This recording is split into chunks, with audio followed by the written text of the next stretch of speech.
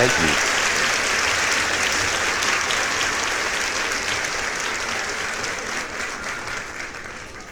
Kevin Stefanski is our new coach. I have to admit, I don't know a whole lot about him. He was the offensive coordinator for the Minnesota Vikings last year. Spent something like 14 years in that organization, where he coached tight ends, wide receivers, running backs, quarterbacks. He's noted for his work with quarterbacks.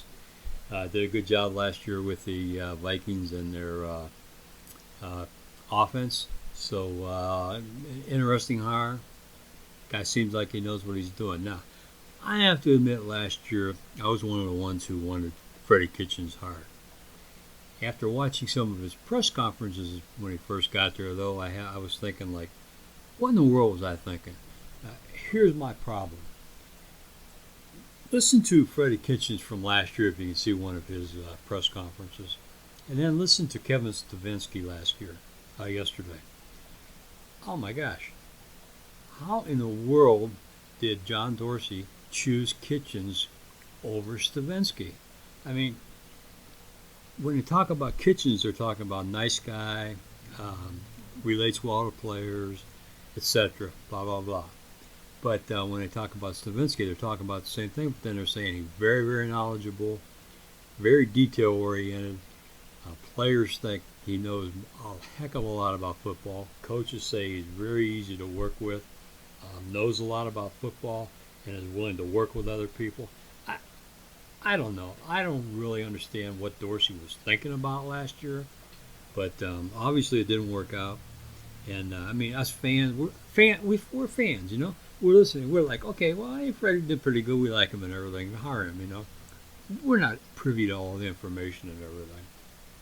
So we probably lost a year last year because of it, but maybe not. Maybe it was a good thing because Stefanski got a chance to work for another year as an offensive coordinator. So that's got to be a good thing.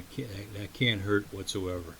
So kind of anxious to see what happens, see how things go, see what happens when he gets a hold of Baker and Landry and OBJ if he doesn't have any kind of problems for giving those LSU players money.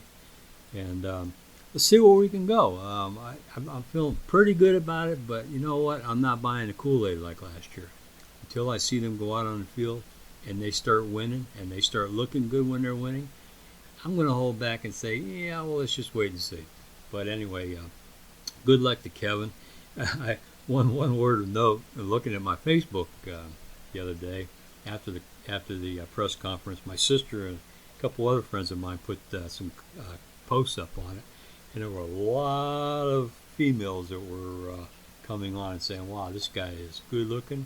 I think I'm going to cheer for the Browns. This is eye candy, blah, blah, blah, etc. It was pretty comical, so I think we probably gained a lot of the female fans that we didn't have before.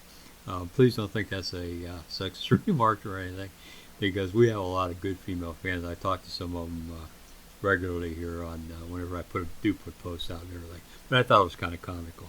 So I don't know. Let's see what happens. It's either going to work or it's not going to work, same as always. And we may be back here again next year talking about our new coach. So, hey, all I can say is go Browns.